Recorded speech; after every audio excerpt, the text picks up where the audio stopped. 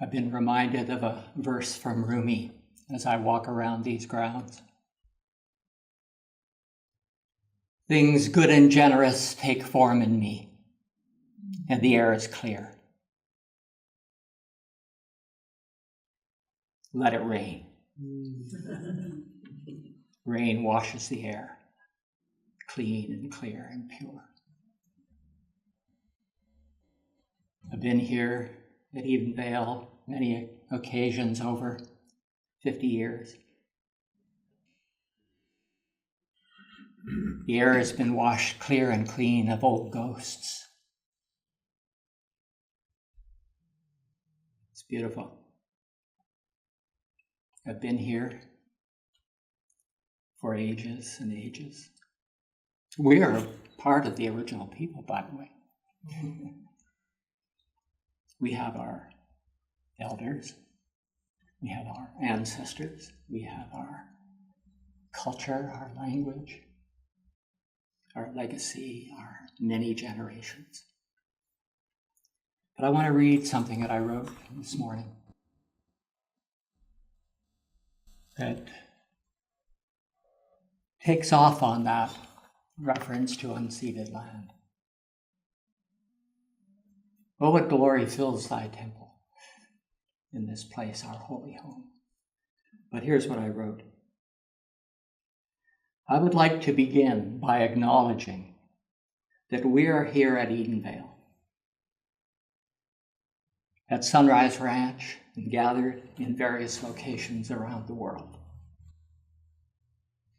And we stand on holy ground. This unceded, new, and promised land, provided by the Lord our God, for the sole use and wise stewardship of this transcendent nation that we are.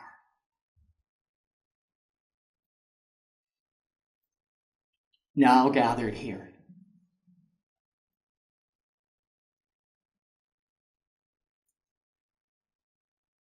The earth is the Lord's, and the fullness thereof, the world, and they that dwell therein. Unceded by the Lord and by his people, never turned over to a foreign government. We're here, I think, to acknowledge that and actually to welcome all people into the transcendent nation that we've come to know, the language, the culture, the traditions, the teachings, the elders, the ancestors, the location where we are in this solar system, part of the living body of the sun and the cosmos. Things good and generous take form in me, and the air is clear. And yet, how could it be that we are in the midst of this full-fledged spiritual downpour? I love those words. Fire and rain, love and truth, raining down, transforming, hitting the ground of my being, yours. We know this. When it hits the ground and you have fire and you have rain, there's a mist that begins to rise up out of the ground of being. And this is what is experienced when you're in the midst, is this clarity that is present. This is the cloud of glory that forms because of this spiritual downpour that has been grounded in the being of my living, your living. And it begins to rise and fill the air around us. And through that cloud of glory, we begin to see who is with us. We begin to see each other in a brand new way through this clarity that comes.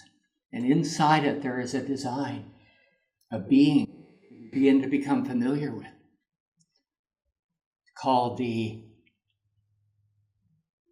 light that glows, the design of being. And in it, there is a fire, a purpose. And we see each other in that cloud, that fire, and that light.